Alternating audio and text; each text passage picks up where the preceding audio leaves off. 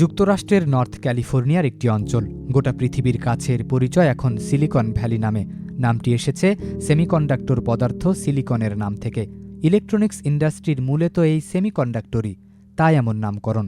বর্তমান পৃথিবীর প্রযুক্তি জগতের সকল মহীরুহর আবাস এখান থেকেই পরিচালিত হয় Google, Apple, Facebook, Microsoft, Intel ও অ্যামাজনের মতো বিশ্ববিখ্যাত প্রযুক্তি প্রতিষ্ঠান। গোটা পৃথিবী যে প্রযুক্তির উপর ভর করে আছে তার অধিকাংশের জন্মই এই ৩০০ বর্গমাইল অঞ্চলে।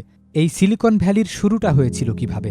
সিলিকন ভ্যালির শুরুর ইতিহাস খুঁজতে গেলে ট্রানজিস্টরের উদ্ভাবনের সময়কালে যেতে হবে। সেমিকন্ডাক্টর ডিভাইসের কল্যাণেই শুরু হয়েছিল সিলিকন ভ্যালির যাত্রা। ট্রানজিস্টর উদ্ভাবিত হয়েছিল বেল ল্যাবসে।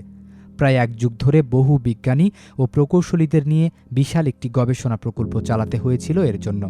বেল ল্যাবস থেকে বের হয়ে আসা গবেষকদের মধ্যে উইলিয়াম শকলিও ছিলেন। বাইপোলার জাংশন ট্রানজিস্টরের উদ্ভাবক তিনি। প্রযুক্তিবিদ হিসেবে তার যশখ্যাতি তখন আকাশছোঁয়া। কিন্তু স্রেফ যশখ্যাতি সন্তুষ্ট করতে পারছিল না তাকে। গবেষণা জগতে সফল হওয়ার পর এবার অর্থকড়ির নেশা জাগল তার সঙ্গীদের তিনি বলেছিলেন, ফিজিক্যাল রিভিউয়ের মতো একাডেমিক প্রকাশনাগুলোতে নিজের নাম যথেষ্ট দেখে ফেলেছেন তিনি। এবার ওয়াল স্ট্রিট জার্নালে নাম লেখাতে চান। শকলি বেল ল্যাবস ছাড়েন ১৯৫৪ সালে। এরপর কিছুদিন ক্যালটেকে অধ্যাপক হিসেবে চাকুরি করেন। উপদেষ্টা হিসেবে কাজ করেছিলেন সামরিক বিভাগেও। তিনি যার পেছনে ছুটছেন সে অর্থকড়ি উপার্জনের লক্ষ্য যে সব করে পূরণ হবে না, এ সময় তা স্পষ্ট হয়ে যায় তার কাছে। অনেক ভেবেচিন্তে তিনি ব্যবসায় নামার সিদ্ধান্ত নিলেন। নিজের দক্ষতার জায়গা আধুনিক সেমিকন্ডাক্টর ডিভাইস তৈরিকেই বেছে নিলেন ব্যবসার জন্য। তার যশখ্যাতির কল্যাণে জন ডি রকফেলার জুনিয়র সহ সম্পদশালী ও ক্ষমতাবান সব বিনিয়োগকারীদের নজর কাড়তে সমর্থ হন তিনি। কিন্তু তার সাথে কথা বলে প্রায় সকল বিনিয়োগকারী পিছিয়ে যান। শকলি ছিলেন ভীষণ একরোখা ও খ্যাপাটে প্রকৃতির। ব্যবসা বিষয়ে তার অজ্ঞতা ও একঘুয়েমি মানসিকতা দেখে কেউই বিনিয়োগের ভরসা করতে পারেনি। শেষমেশ শকলি তার ক্যালটেকে পড়ার সময়কার পরিচিত সিনিয়র আর্ন বেকম্যানের কাছে হাজির হন। বেকম্যান নিজে একজন রসায়নবিদ ছিলেন। ইলেকট্রনিক্স বিষয়েও দক্ষতা ছিল তার। ওয়েস্টার্ন ইলেকট্রিক টেকনোলজি ডিপার্টমেন্টে কাজও করেছিলেন কয়েক বছর। পরবর্তীতে একটি প্রযুক্তি কোম্পানি দিয়ে বেশ ধনী ব্যবসায়ী বনে যান। তিনি শকলির ওপর ভরসা করে তার কোম্পানিতে $1 মিলিয়ন বিনিয়োগ করতে সম্মত হন। আর্থিক নিশ্চয়তা পাওয়ার পর শকলি তার সিলিকন ট্রানজিস্টর ডিভাইস তৈরির কোম্পানি শকলি সেমিকন্ডাক্টর ল্যাবরেটরি শুরু করেন। শকলি তার কোম্পানি স্থাপন করার জন্য বেছে নেন যুক্তরাষ্ট্রের উত্তর ক্যালিফোর্নিয়া অঙ্গরাজ্যের স্যান ফ্রান্সিসকো শহরের দক্ষিণে অবস্থিত পালো আল্টো শহরটিকে। বেকম্যান অবশ্য প্রথমে রাজি ছিলেন না। তিনি চেয়েছিলেন লস অ্যাঞ্জেলসে ক্যালটেক বিশ্ববিদ্যালয়ের পাশে এই কোম্পানিটি স্থাপন করতে। কিন্তু শকলির জেদের কাছে হার মানেন তিনি। শকলি বেকম্যানকে এই জায়গার উপযোগিতা বোঝাতে অনেক কারণ দেখিয়েছিলেন।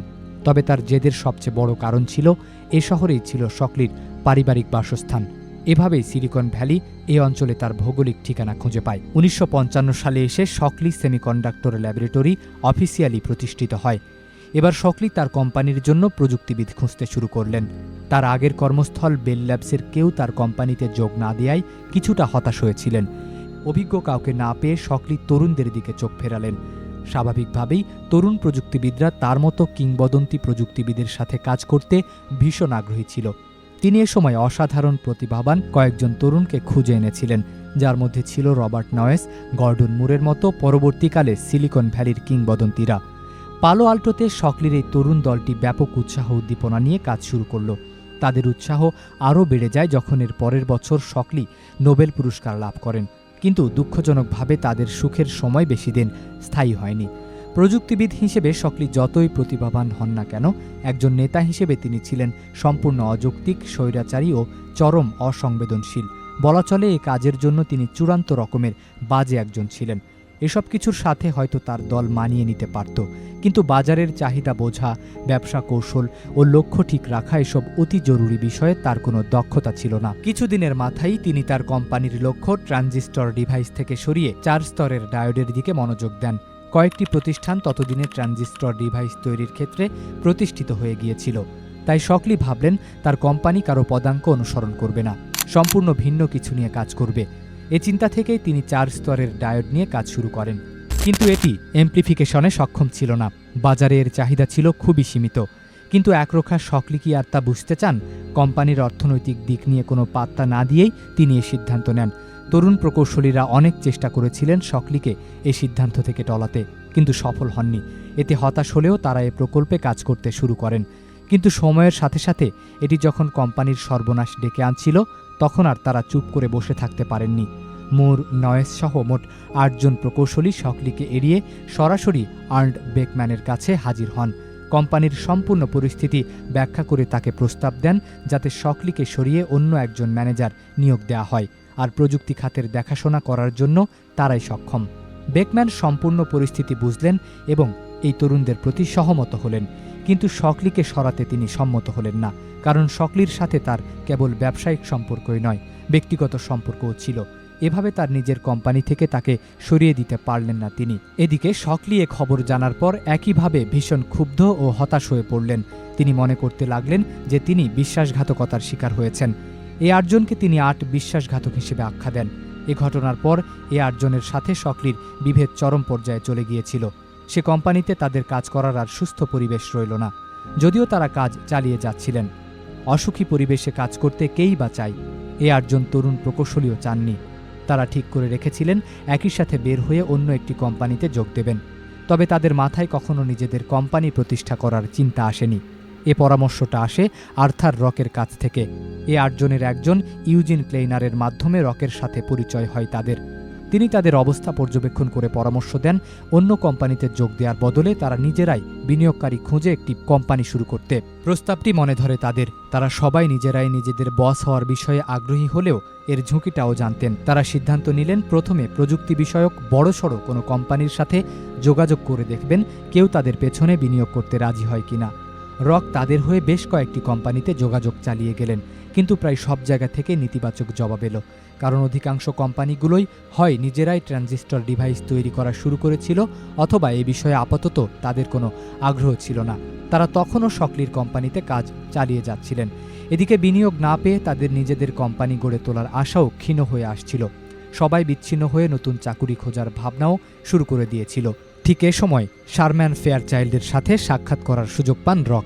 শারম্যান ফেয়ারচাইল্ডের বাবা ছিলেন আইবিএমের প্রতিষ্ঠাতাদের একজন। পিতার একমাত্র সন্তান হিসেবে অঢেল ধন সম্পদের মালিক হন তিনি। রক তাকে এ বিষয়ে আগ্রহী করে তুলতে সমর্থ হন। খুব শীঘ্রই ৮ জনের সাথে তার সাক্ষাতের ব্যবস্থা করেন। তাদের সাথে বিস্তর আলোচনা শেষে শারম্যান ফেয়ারচাইল্ড $1.5 মিলিয়ন বিনিয়োগে ফেয়ারচাইল্ড সেমিকন্ডাক্টর কোম্পানি প্রতিষ্ঠা করতে রাজি হন। চুক্তি অনুযায়ী এ কোম্পানির 70% শেয়ারের মালিকানা থাকে শারম্যান ফেয়ারচাইল্ডের, 20% রকের ব্রোকারেজ ফার্মের, আর বাকি 10% সমান ভাগ থাকে বাকি ৮ জনের। 1957 সালের সেপ্টেম্বর নাগাদ সবকিছু তৈরি হয়ে যায়। ৮ বিশ্বাসঘাতক একই সাথে তাদের পদত্যাগপত্র জমা দিয়ে শকলির কোম্পানি ছেড়ে আসেন। এখান থেকে কয়েক মাইল দূরে নিজেদের অফিস নেন তারা। সে সময় সেমিকন্ডাক্টর ডিভাইস তৈরির জন্য যেসব যন্ত্রাদি দরকার হয় তা কোথাও বিক্রি করা হতো না। এসব তাদের একদম শূন্য থেকে তৈরি করতে হয়েছিল। কিন্তু এই ৮ জন অত্যন্ত প্রতিভাবান প্রকৌশলীর জন্য তা অসম্ভব কিছু ছিল না।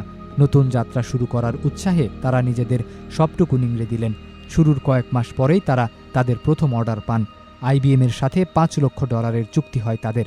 এরপর ধীরে ধীরে বাড়তে থাকে ফেয়ারচাইল্ড সেমিকন্ডাক্টরের পরিধি। তাদের মাধ্যমেই সেমিকন্ডাক্টর ইলেকট্রনিক্স ইন্ডাস্ট্রির যাত্রা শুরু হয় সিলিকন ভ্যালিতে। তবে তখন হয়তো কেউ জানত না এরপর একের পর এক কোম্পানি আসতে থাকবে এ অঞ্চলে, এবং একসময় গোটা অঞ্চলটি চলে যাবে সিলিকন নামক সেমিকন্ডাক্টরের দখলে।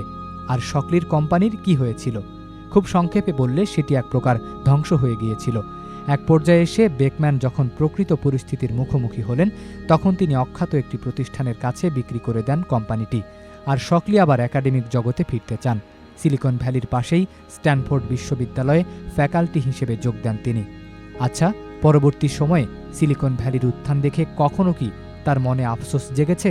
যদি তখন এই তরুণদের যথাযথ সুযোগ দিতাম?